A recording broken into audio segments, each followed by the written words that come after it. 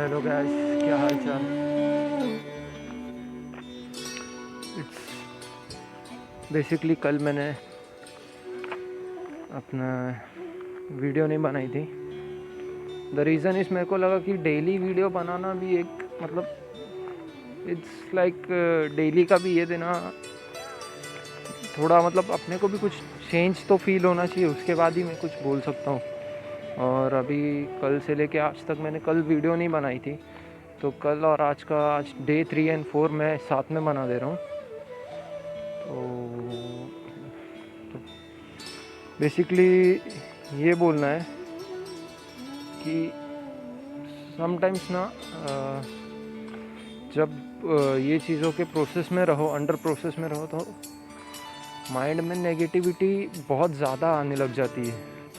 And we turn to, जैसे मतलब मेरे को लगता है जैसे आपने भी ये चीज़ फील की होगी कि जब हम ये नो फैप नहीं करते या पीएमओ में होते हैं, इंडल्ज होते हैं, तो पीएमओ में इंडल्ज होने पे हमारे जो सेंसेस है वो काम करना बंद कर देते हैं। लाइक सारे सेंसेस, लाइक हम आउट ऑफ माइंड हो जाते हैं। और जो मतलब इसका सबसे बैड इम्पैक्ट हमारे ही, शायद मुझे लगता है, जो कमेंट करके बताना ये सही है कि नहीं, लाइक आपकी जो ये है ना मेमोरी है वो बहुत शॉर्ट टर्म हो जाती है। मैं अपने ऊपर इसका इफेक्ट मैंने देखा है कि like I use to be average good student, मतलब ठीक ठाक, मतलब लेकिन आंसर्स वगैरह जब मैं पढ़ता था तो वो चीज़ें मुझे याद रहती थी। आई हैव रिटेन कैपेसिटी बहुत अच्छी थी मेरी।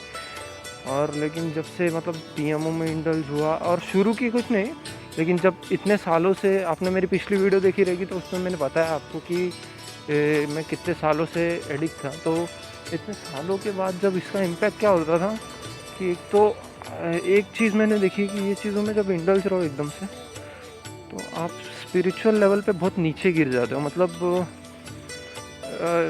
हम एथिस्ट हो जाते हैं एक तरह से, ना चाहते हुए भी। मतलब हम, ऐसा लगता है ना कि हम अगर अपने गुनाहों को कन्फेस करेंगे तो बहुत बुरा हो जाएगा। तो हमें पता होता है कि हम ये चीज़ गलत कर रहे हैं, फिर भी हम वो चीज़ों से भाग रहे होते।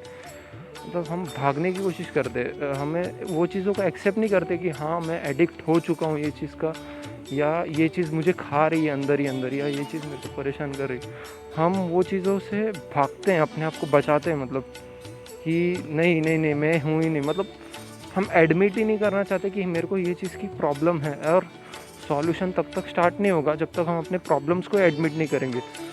तो इसका फ़र्क ये होता है ना कि हम धीरे धीरे अपने आप को जब एडमिट नहीं करते ना, ये चीज़ की मतलब ये चीज़ से मेरे को नुकसान हो रहा है, या ये चीज़ मेरे को बहुत गलत कर रही है, तो हम क्या कर देते हैं उसमें कि हम अपनी जो ये रहता है ना सेंसेस के गलत इस्तेमाल करने लग जाते हैं। मतलब मेमोरी हुआ, आईसाइट हुई, ये सारी चीज़ों पे बहुत गलत इम्पैक्ट पड़ता है। लाइक मैं बताता हूँ आपको, मेरी आईसाइट बहुत अच्छी थी पहले। मतलब ये सारी चीज़ों में इंडल्ज होने से पहले मेरी आईसाइट, मेरी मेमोरी पावर और मेरे मतलब बॉडी फिजिक भी काइंड ऑफ ठीक ठाक ही था। मतलब मैं एवरेज स्टूडेंट भी था और एवरेज मेरा फिजिक भी था। मतलब जैसे ये नहीं था कि मैं एकदम कुछ बॉडी बिल्डर टाइप या ये चीज़, और ठीक ही ठाक था, मतलब ऐसा नहीं। और जब से ये चीज़ में इंडल्ज हुआ तो मैंने देखा मेरा वेट लॉस बहुत हुआ है। मतलब अभी भी लाइक मैं कोई कपड़े वगैरह अगर पहनता हूँ तो मेरे को वो फीलिंग नहीं आती अच्छे से अंदर से कि मतलब ये फिट है मेरे लिए, प्रॉपर ये फिट है। मतलब हर कपड़ा या तो कुछ ज़्यादा ही छोटा, या छोटा नहीं कह सकते, बहुत लूज ही होता है, एक्चुअली बैगी फील होता है। और मतलब मेरा ये रहता है ना कि मतलब इसमें मैं ये हो जाता हूँ कि, और ना खुद के सेंसेस में रहता हूँ। मतलब मैं कोई आंसर्स वगैरह पढ़ता हूँ तो भी मैं तुरंत भूल जाता हूँ उसे। लॉन्ग टर्म की जो रिटेनिंग कैपेसिटी थी उस पर इम्पैक्ट पड़ा है। और रिसर्चेस में भी ये चीज़ पता चली कि यार ब्रेन के ग्रे मैटर और अपना प्रीफ्रंटल कॉर्टेक्स जो है वो मतलब डैमेज हो जाता है। और प्रीफ्रंटल कॉर्टेक्स ही वो चीज़ है जो आपको लॉजिकल थिंकिंग या लॉजिकल चीज़ें या जो मेमोरी या प्रॉब्लम सॉल्विंग में जो चीज़ें आपको हेल्प करता है वो होता है आपका प्रीफ्रंटल कॉर्टेक्स ही। और by doing PMO, excess of PMO, या मतलब लॉन्ग टर्म से जब आप करते हो तो आपका लिम्बिक सिस्टम जो है उस पर असर पड़ता है। और आपके मतलब इस पे प्रीफ्रंटल कॉर्टेक्स पे बहुत ज़्यादा, बहुत बुरा असर, सबसे ज़्यादा असर तो प्रीफ्रंटल कॉर्टेक्स पे ही पड़ता है। और दूसरी बात, तो आज मेन चीज़ इस पर डिस्कस करेंगे कि मतलब जब एक प्रीफ्रंटल कॉर्टेक्स पे जब इफ़ेक्ट होता है ना, तो इसका क्या होता है कि आप देखते हो कि आपका हेड का साइज़ जो है, या कह लो अंदर से ब्रेन का साइज़ बहुत श्रिंक हो जाता है।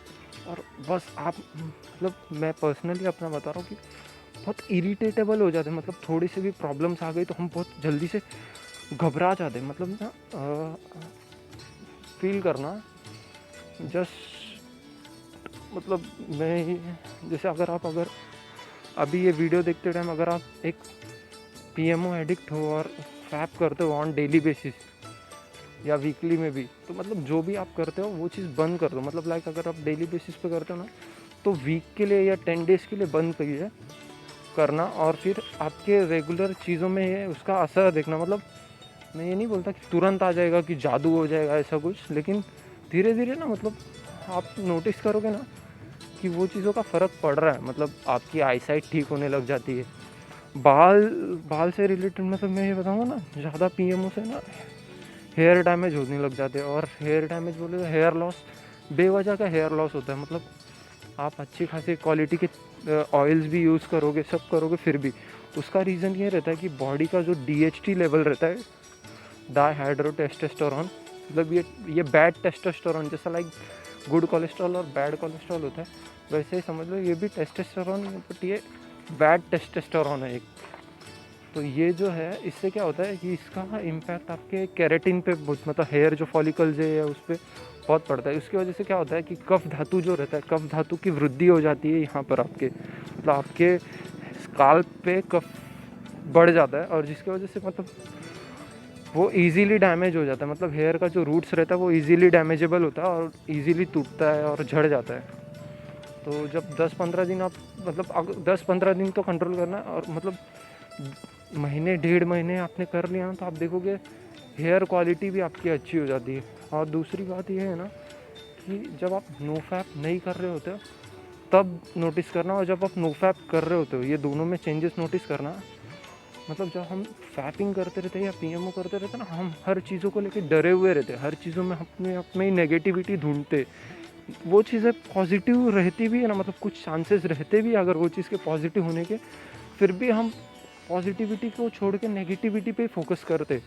मतलब स्पिरिचुअली हमें ना बहुत ज़ीरो हो जाते। मतलब स्पिरिचुअल लेवल पे हमारा जो मेंटालिटी है, थिंकिंग है, वो एकदम ज़ीरो हो जाते। मतलब हम काइंड ऑफ बस अपने मैटर ऑफ द फैक्ट ये है कि हम अपने ज़रूरत के हिसाब से स्पिरिचुअलिटी और नॉन स्पिरिचुअल बन जाते हैं। मतलब ऐसा रहता है ना कि हाँ, जब डरते हैं हम तो डर के स्पिरिचुअल बनते हैं। मतलब एक फेथफुली स्पिरिचुअल बनना अलग है, मतलब एक फेथ रख के स्पिरिचुअल बनना अलग है, और एक जो हम स्पिरिचुअलिटी करते हैं ना उसमें हम डर के स्पिरिचुअलिटी करते कि मतलब मैं इतने पाप कर रहा हूँ यार, मतलब अगर मैं भगवान से माफ़ी नहीं मांगूंगा तो क्या होगा, मतलब मेरा तो बहुत बुरा हाल हो जाएगा, मेरा क्या होगा।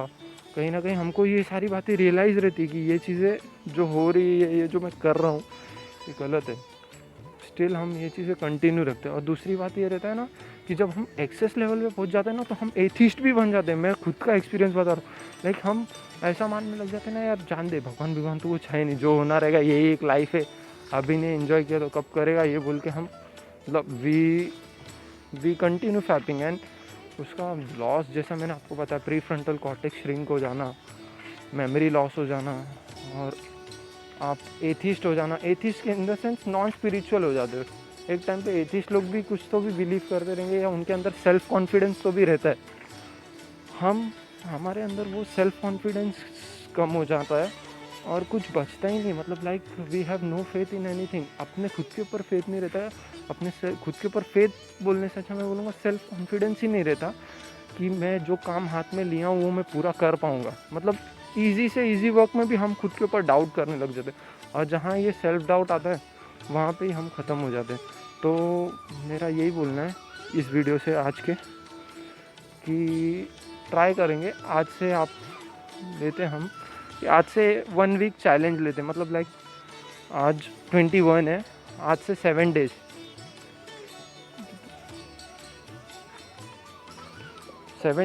आज से 7 डेज यानी 28-29 समथिंग।